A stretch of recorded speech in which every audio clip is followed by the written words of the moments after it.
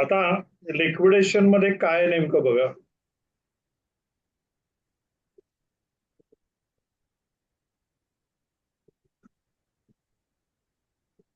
Liquidation of limited company.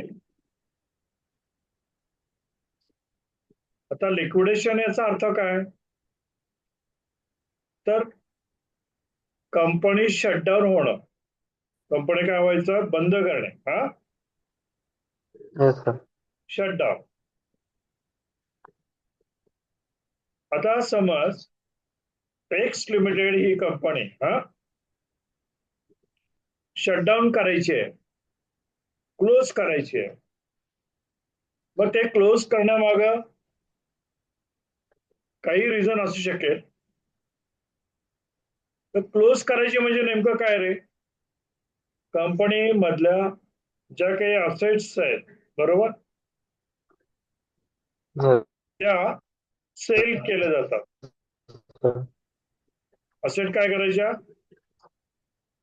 Sale. Sale केल्यानंतर काय होणार, Sir. कॅश मिळेल, बरोबर.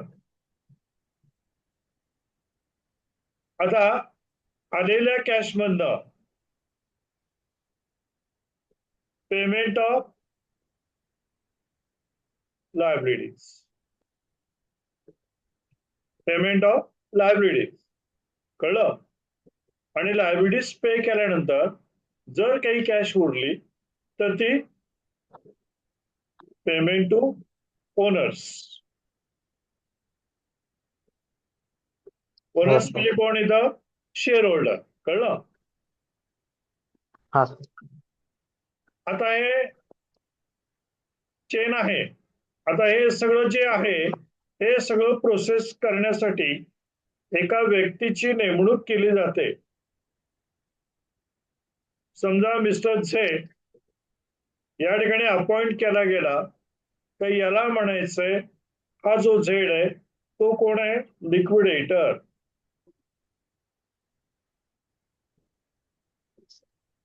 हे कोण आहे, हा कोण आहे, लिक्विडेटर. Liquid.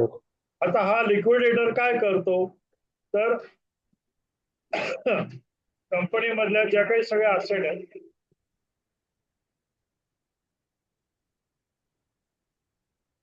कंपनी मधल्या ज्या काही असेट आहेत तो त्या विकतो. त्यातून आलेल्या कॅश मधनं लायबिलिटीज पे करतो आणि कॅश शिल्लक राहिली तर ओनर्सना देतो. आता हे एवढंच आपल्याला बघायचं आहे. आणि मग या ठिकाणी सगळं पूर्ण झालं की तो लिक्विडेटर काय करतो, त्याचं एक स्टेटमेंट बनवतो. त्यालाच म्हणतोय आपण liquidators final statement of account. Final statement of account. आणि हे आपल्याला एक लेजर फॉर्मॅट Yes, sir. मध्ये प्रिपेअर करायचं आहे, कळलं. Yes, sir. हा, आता हे असेट आहे, त्या कुठली असेट किती अमाऊंटला विकली गेली हे सगळं क्लिअर देतात. फक्त आपल्याला मेन Yes, sir. कॉन्सन्ट्रेट करायचं आहे ते या पॉइंटवर, कुठल्या, payment of liabilities and then payment of owners. आता लक्षात घे, हे जे पेमेंट ऑफ लायबिलिटी आहे ते तयारच करतो statement.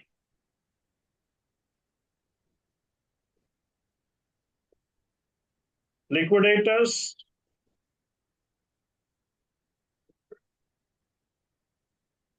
Final statement of account.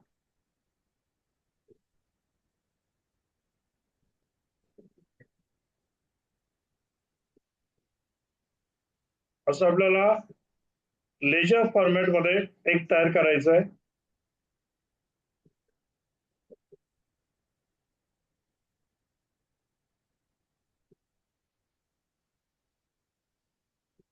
Okay.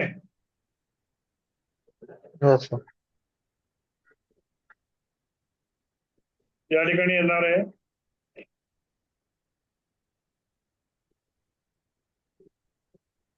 particulars rupees, particulars rupees.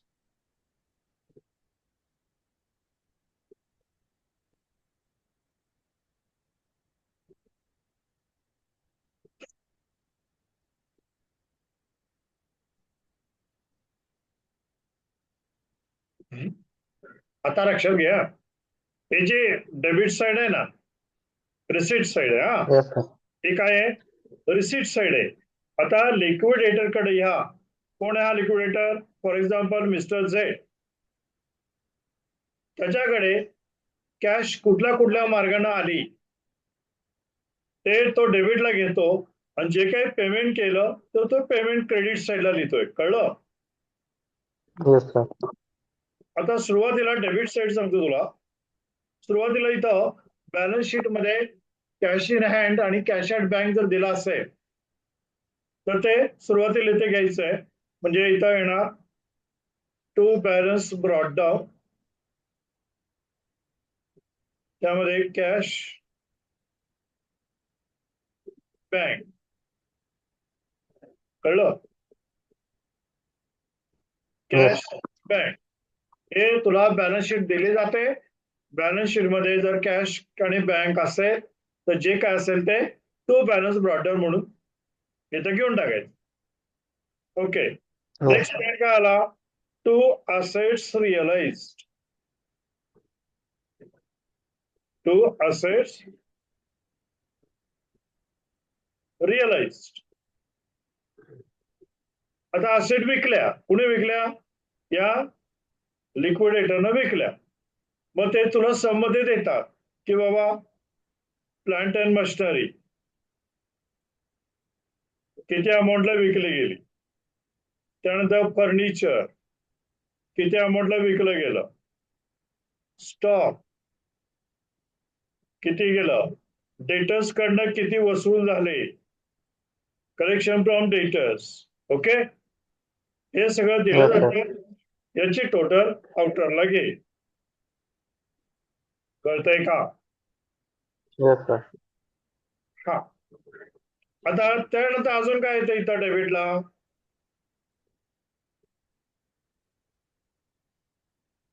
बघा.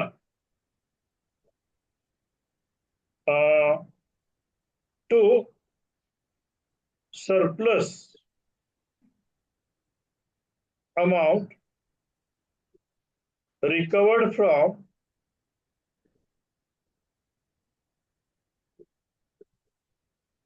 secured creditors.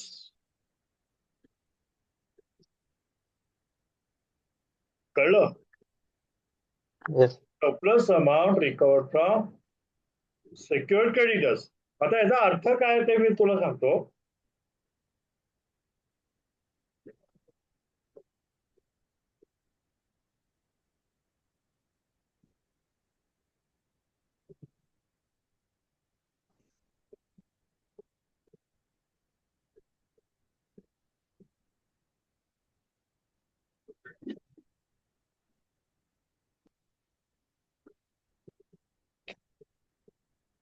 एक मिनिट.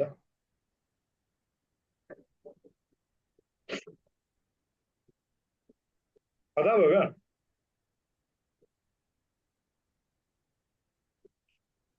या एक्स लिमिटेड ही कंपनी आहे, बरोबर. Yes sir. या कंपनीनं काय केलं होतं, बँकेकडून लोन घेतलं होतं. Bank loan. लोन किती होतं, सपोज एक 60,000चा लोन होतं. क्लिअर? या येस सर. लोन करता या कंपनीनं त्यांच्याकडचं एक asset, for example machinery, for example machinery, he asset या बँकला सेक्युर्ड म्हणून दिली होती. सिक्युरिटी, कळते? येस. सिक्युरिटी म्हणून दिली होती. या मशीनची कॉस्ट आहे, समज book value, balance sheet value 80,000. कळलं? 80,000 रुपये काय आहे, या मशीनची बुक व्हॅल्यू आहे. आणि ही मशीन बँकेला आपण सिक्युअर दिली होती, याच्या अगेन्स्ट ही लोन अमाऊंट आहे. आता येस काय सर. झालं, ही कंपनी काय झाली, आता शटडाऊन मध्ये झाली, लिक्विडेशन मध्ये गेली. मग लिक्विडेशन मध्ये गेल्यानंतर बँकेला तो राईट आहे, अधिकार आहे की हे जे असेट आहे ही बँकेची आहे ना. मग येस बँक सर. काय करते, ही असेट मार्केटला विकून टाकते. सोड. बँकेने काय केलं, ती असेट मार्केटला विकून टाकली. समज बँकेला या असेट मध्ये किती मिळाले, 70,000 रुपये मिळाले. कळतंय का? Yes sir. मशीन 80,000ची होती, बँकेनं ती विकली, 70,000 रुपये मिळाले. मग बँक काय करेल, आपलं लोन 60,000 रुपयाचं ते काढून घेणार आणि मग जी वरची अमाऊंट राहिली शिल्लक 10,000, ही सरप्लस अमाऊंट बँक काय करते, त्या कंपनीच्या लिक्विडेटरकडे देते. कळलं? Yes sir. त्या लिक्विडेटरकडे देते किंवा लिक्विडेटर ती अमाऊंट कलेक्ट करतो, सरप्लस अमाऊंट. आलं लक्षात? हा सर. आता याची दुसरं बाजू, समज या 80,000चा असेट आहे, लोन आहे 60,000, पण ही असेट विकली गेली फक्त 40,000ला. कळतंय? Yes sir. 40ला विकली, आता लोन किती आहे तुझं, 60 आहे. हा म्हणजे बँकेनं काय केलं, 60 मधले 40,000 रुपये मायनस केले. आता उरलं लोन किती तुझं, सर. 20. 20,000 रुपये उरलं. कळलं? हे लोन आता कुठलं आलं, हे अनसिक्युअर्ड कॅटेगरीत गेलं. बरोबर? याचा येस सर. सिक्युरिटी का, याला काय राहिले का सिक्युरिटी, काही नाही. Is it clear? हा हे सर. आहे अनसिक्युअर्ड लोन. मग लिक्विडेटर काय करेल, ज्यावेळेला अनसिक्युअर्ड लायबिलिटीज तो पे करायला लागेल, त्यावेळेला तो जर कॅश उरली तर ती त्यांना पे करेल. कळतंय? जर उरली नाही सर तर? नाही, कॅश नाही उरले तर संपलंच की, अनसिक्युअर्ड लोन राहिले आणि तसेच राहिले, बुडाले. कळलं? हा हा. म्हणजे मला एवढंच म्हणायचं आहे, यात जर सरप्लस अमाऊंट राहिली, आता इथं मगाशी आपण म्हटलं ही सरप्लस अमाऊंट आहे, सरप्लस अमाऊंट राहिली तर तो लिक्विडेटर काय करेल, रिसिव्ह करेल. आणि तेच आता आपण बघितलं इथं. मग इथं इथं कुठली अमाऊंट येणार आहे, जर काही मिळाली सरप्लस अमाऊंट तर, नाही मिळाली येस एकदम काही येणार नाही या ठिकाणी. इथं क्लिअर? येस. हा. आणि याच्यामध्ये अजून काय येतं, receipt to falls in arrears recovered.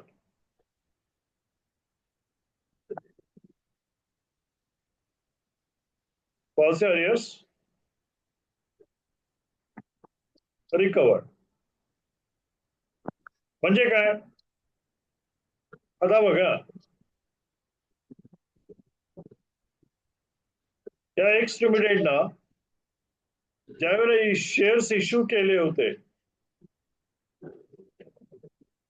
कळतंय का, हा त्यावेळेला कंपनीने किती केले, फॉर एक्झाम्पल एक 10,000 शेअर्स इश्यू केले. ओके, एक हा. एका शेअरचं व्हॅल्यू आहे समज एक 10 रुपये, म्हणजे किती झाले अमाऊंट, 1,00,000. तर यामध्ये समज एक 200 शेअर्सवर 3 रुपयाप्रमाणे कॉल्सचे अरियर्स होते. किती होते ते, म्हणजे किती झाले, हे 600 रुपये. 7. हे काय आहे, कॉल्सचे अरियर्स आहे. आता सम मध्ये जर तुला काही सांगितलं नसेल, लक्षात घ्या, प्रॉब्लेम मध्ये जर काही सांगितलं नसेल किंवा कॉल्सचे अरियर्सचं काय झालं, तर याचा अर्थ होतो की ही अमाऊंट रिकवर झाली. कळलं? Yes sir. रिकवर झाली आणि मग त्याप्रमाणे ती अमाऊंट तुला इथं कॉस्ट अरेस्ट म्हणून इथं रिसीट करायची, रिसिव्ह करायची. कळलं? Yes sir. येस. आता ही झाली रिसिट साईड.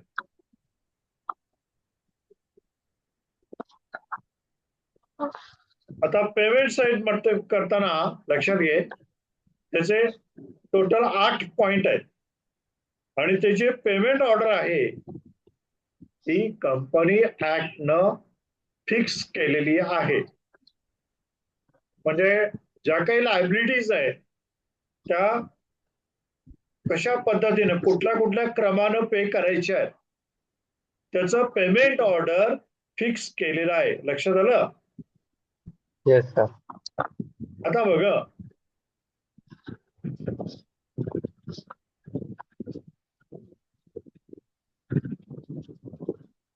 या जे पेमेंट आहे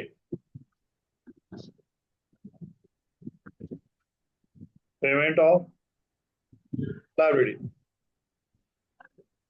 याच्यामध्ये मेजर 3 ग्रुप आहेत. एक एक्सपेन्स, कळलं? दुसरा ग्रुप आहे third party liabilities,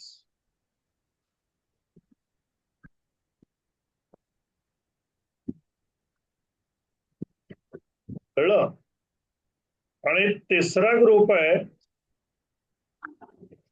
payment to owners. कळतंय का? येस. एक्सपेन्स पहिलं, दुसरं थर्ड पार्टी लायबिलिटीज, तिसरं ओनर. हा पेमेंट ऑर्डर फिक्स आहे. लक्षात घे. आता यामध्ये एक्सपेन्स मध्ये 3 पॉइंट येतात. 1 पहिलं लीगल एक्सपेन्स.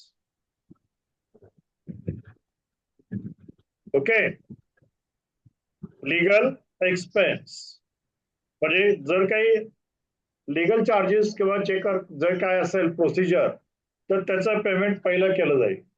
प्रॉब्लेम मध्ये सांगतात लीगल एक्सपेन्स एवढे एवढे आहे, मग असेल तर ठीक आहे ते पे करायचे.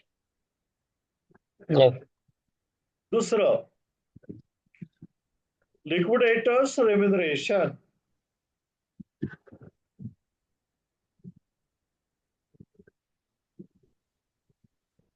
लिक्विडेटर्स रेम्युनरेशन जो हा झेड ला आपण अपॉइंट केले, जो काय करतो कंपनीच्या असेट स्टेप बाय स्टेप सगळ्या विकतो, त्यातून आलेल्या कॅश मधून पेमेंट करतोय, हे सगळं करायला त्याची नेमणूक केली आहे. तो लिक्विडेटर आहे आणि त्याला रेम्युनरेशन दिलं जातं. कळतंय? Yes sir. या रेम्युनरेशन मध्ये 2 पॅटर्न आहेत. एक ऑन असेट रिअलाइज्ड आणि दुसरं ऑन पेमेंट बेसिस. कळलं? हे आपण नंतर बघूया. आणि तिसरा पॉइंट आहे याच्यातला लिक्विडेशन एक्सपेन्स.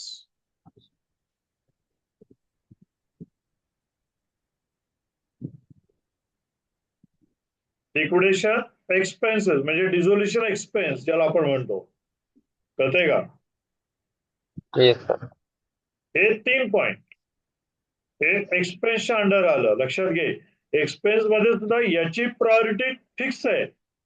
पहिलं लीगल एक्सपेन्स, दुसरं रेम्युनरेशन, तिसरं लिक्विडेशन एक्सपेन्स. कळलं?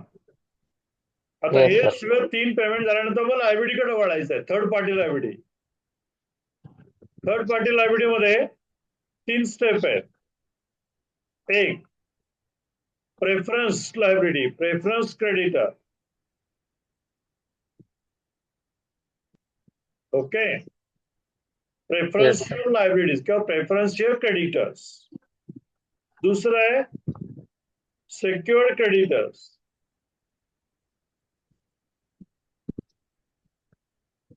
सेक्युअर्ड क्रेडिटर्स आणि तिसरं आहे अनसेक्युअर्ड क्रेडिटर्स.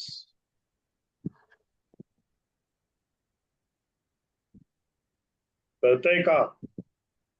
Yes sir. पहिलं प्रेफरन्स क्रेडिटर,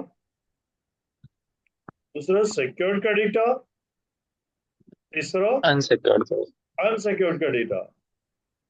म्हणजे पेमेंट करताना हाई टॉप प्रायोरिटी हीच आहे. हे कधी सुरू होईल ग्रुप?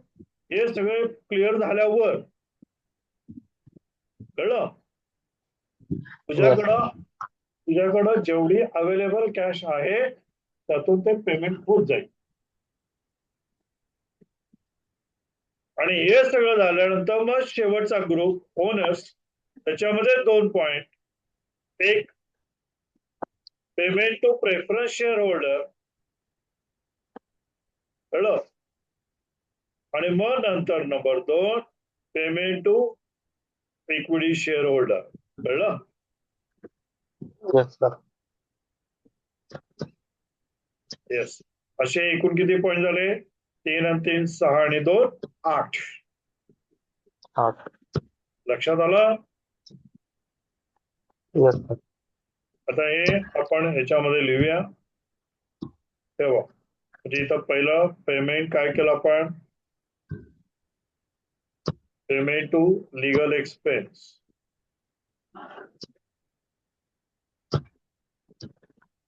त्यानंतर पेमेंट टू लिक्विडेटर्स रिम्युनरेशन.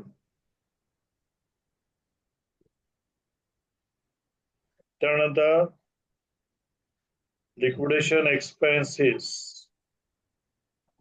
त्यानंतर मग पेमेंट टू प्रेफरन्स क्रेडिटर्स. त्यानंतर पेमेंट टू सेक्युअर्ड क्रेडिटर्स. त्यानंतर पेमेंट टू अनसेक्युअर्ड क्रेडिटर्स. त्यानंतर payment to preference share holder. आणि last one payment to equity share holder. तुझी कॅश संपली, हे टॅली झालं. कळलं? जे काही बाकीची कॅश शिल्लक राहील लक्षात घे. जे इकडनं रिसिट मधनं आली, समजा एक 4 लाख रुपये आले काय, येस सर. 4 लाख मध्ये त्या प्रेफरन्स शेअर होल्डर पर्यंत तुझे 3.5 लाख 3,50,000 रुपये संपले. मग उरलेले 50,000 रुपये यांना देऊन टाक, प्रश्न मिटला. कळलं? इक्विटी. हे लिहून घे जरा. हे आणि येस. हे पण लिहून घे, वर्किंग नोट.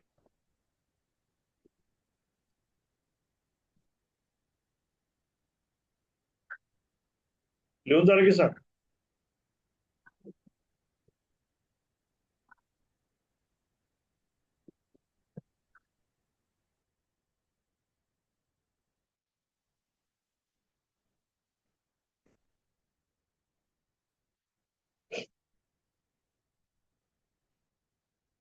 आता स्क्रीनशॉट घेतो काय? हॅलो,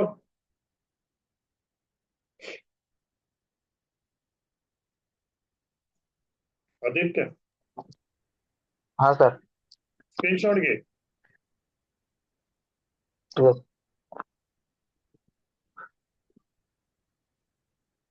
घेतला? हाँ. हे पण घे.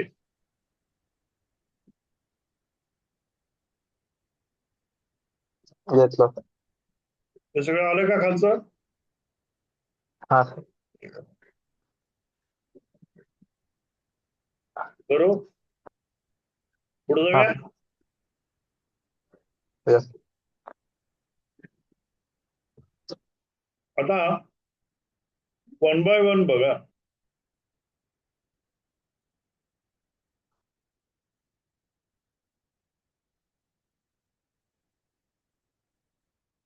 पहिला पॉईंट काय होता? Legal expense.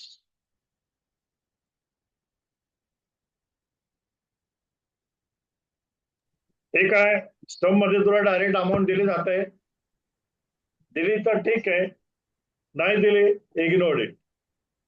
आणि एक लक्षात घे, ते पेमेंट ऑर्डर करताना समजा हा आयटम नाहीच आहे काय, हाँ सर. मग हे दाखवायची गरज नाही. But take next number, next कोण आहे?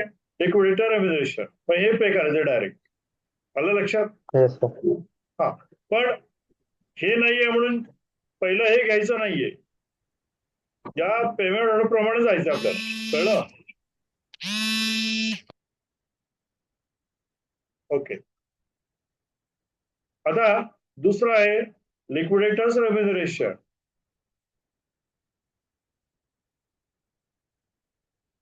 आता हे रेम्युनरेशन कसं असतं?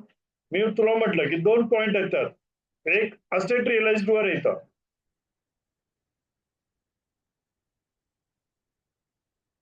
काय म्हटलं मी? Asset realise.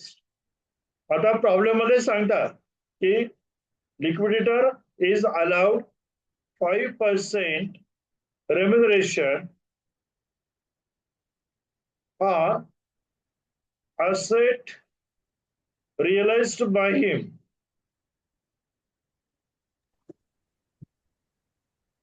कळलं? Yes sir. Assets realized by him. मग आता याच्यात काय करायचं? ही जी अमाऊंट आहे, त्यांना असेट काय काय विकलं बाबा, एवढं एवढं हे सगळं विकलं, ही टोटल अमाऊंट किती आहे? 3 लाख रुपये आहे. मग 3 यस सर. लाखावर 5% म्हणजे किती झाले? 15,000 रुपये. ते इथं 15 लिहायचं. लाख. म्हणजे इथं लिहायचं 5% ऑफ 3 लाख, 15,000. कळलं? Yes sir. प्लस याच्यामध्ये रूल असा आहे की ही जी अमाऊंट आली ना, सरप्लस अमाऊंट रिकवर्ड, हाँ सर. मग याच्यावर पण ते 5% जातं. कळलं? हाँ. मग याच्यावर पण त्याला द्यायचं आणि ते पण लिहायचं, इथं लिहायचं. समजा ही किती अमाऊंट आहे? 10,000 रुपये. मग 10,000ला 5%, 5% ऑन 10,000 हाँ सर. हाँ सर. म्हणजे 500, लाईक दॅट. कळलं? Yes sir. हे डिटेल या ठिकाणी द्यावं लागतं आतमध्ये. आलं लक्षात? Yes sir. हे झालं असेट रिअलाइज वर. आणि दुसरं कोणतं आहे? ऑन पेमेंट बेसिसवर आहे.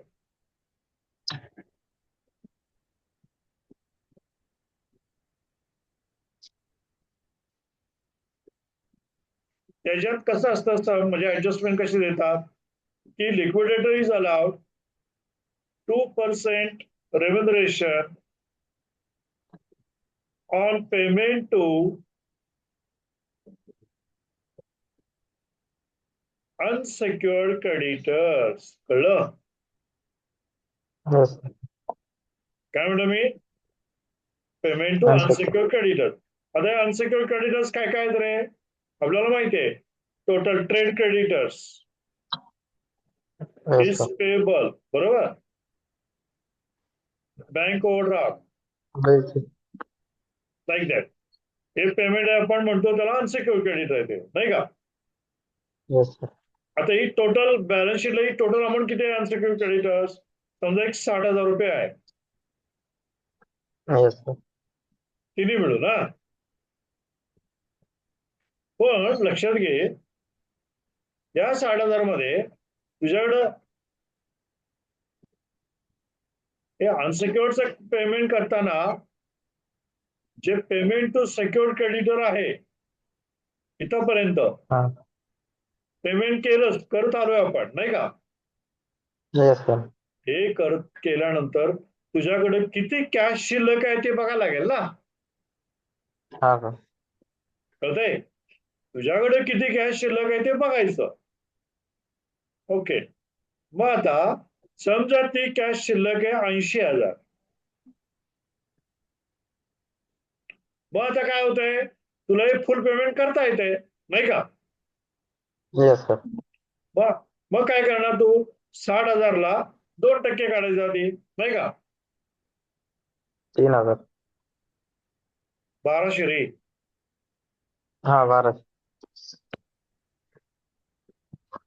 1200 रुपये 5% नाही 2%. हा हा 1200 रुपये झालं. आता 1200 रुपये आपण त्याला रेम्युनरेशन त्याला देणार, जे वरती पेमेंट करणार, आणि अनसिक्युअर्ड क्रेडिटर्सना 60,000 रुपये देणार.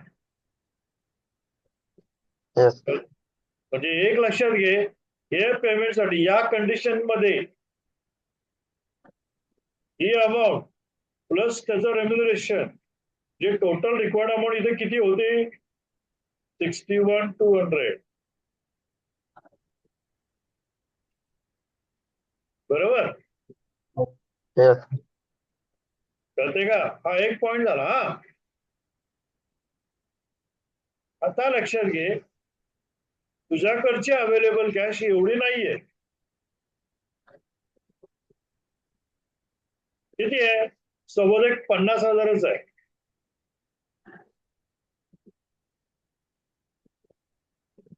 कळतंय का? हा सर. म्हणजे पेमेंट टू सेक्युर्ड क्रेडिटर इथपर्यंत पे केल्यानंतर तुझ्याकडे शिल्लक कॅश राहिली किती? फक्त 50,000.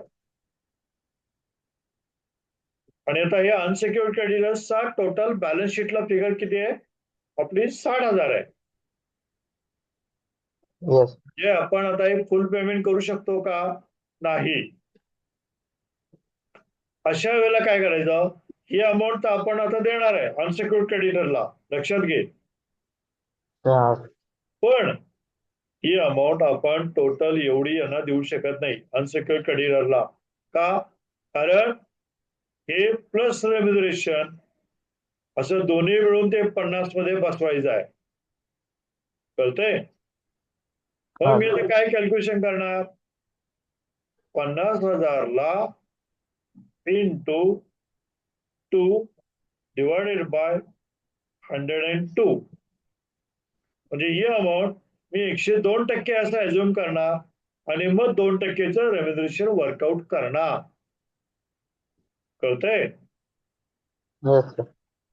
मग आता बघा, एक कॅल्क्युलेशन करू आपण.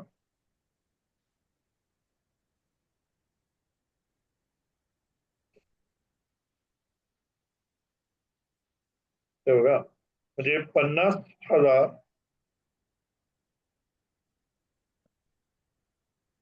इंटू 2 डिवायडेड बाय 102 किती आलं? 980 रुपये आलं. Yes sir. म्हणजे 980 रुपये 2% प्रमाणे आलं. मग काय करायचं आपल्याला? हे 50,000 मधून मायनस करायचं.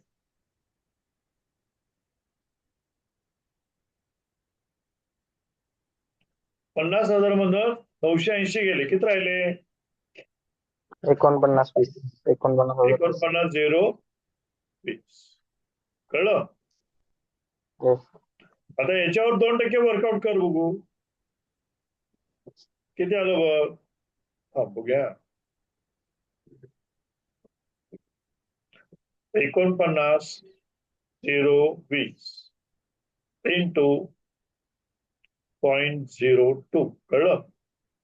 हे 2%, 980 आलं का नाही? Yes sir. कळतंय का? म्हणजे ऍक्च्युअली काय झालं, हा 49,020 रुपये आपण क्रेडिटर्सना पे करणार आहे, आणि वरचे 980 रुपये रेव्युलेशन देणार आहे. असं ते सगळं 50,000 रुपये मध्ये आपण पेमेंट केलं, दोन्ही मिळून. कळलं? येस. आलं लक्षात? हा समजा या 2च्या ठिकाणी 3% असतं, तर मी काय केलं असतं कॅल्क्युलेशन? 3/103. कळलं? Yes sir. या पद्धतीने हे रेव्युलेशन पे केलं जाईल, आणि मग इथंच कॅश संपली, पुढचा सम तिथे संपला. कळलं? हा म्हणजे रेम्युनरेशनचं पेमेंट बेसिसचं मी तुला सांगितलं. जर सफिशियंट कॅश असेल तर काही प्रश्न नाही, मग 60,000 डायरेक्ट 2% आपण देऊ शकतो, 1200 रुपये. येस. आलं लक्षात? हा. येस. आता पुढचा पॉईंट, लिक्विडेटर एक्सपेन्स जे आहेत, लिक्विडेशन एक्सपेन्स, ते पण काय तुला डायरेक्ट देतात, त्याचा काही विषय नाही. हा. हा. आता payment to preference creditor.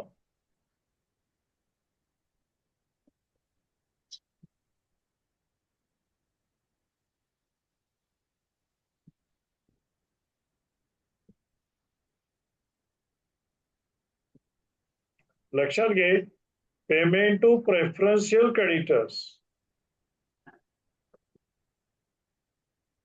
Preferential creditor मध्ये काय येतं? त्याच्यामध्ये येतात government dues.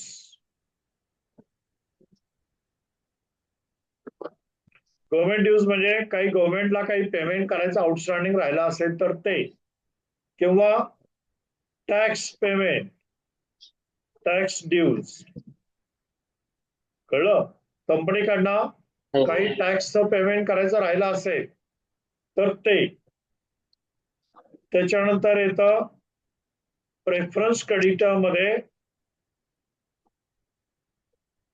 Payment to workman salary, outstanding wedges.